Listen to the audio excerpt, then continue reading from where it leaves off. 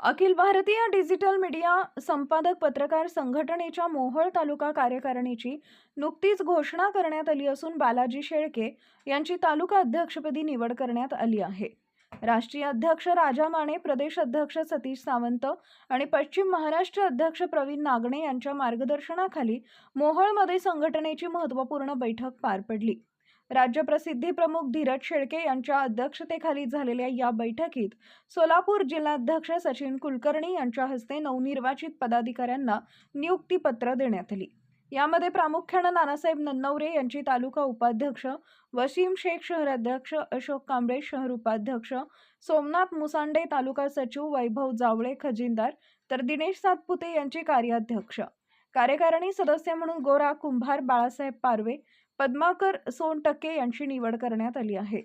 तसेच जिल्हा कार्यकारिणी सदस्य म्हणून दत्ता मिसाळ आणि सचिन दळवी यांची निवड करण्यात आली।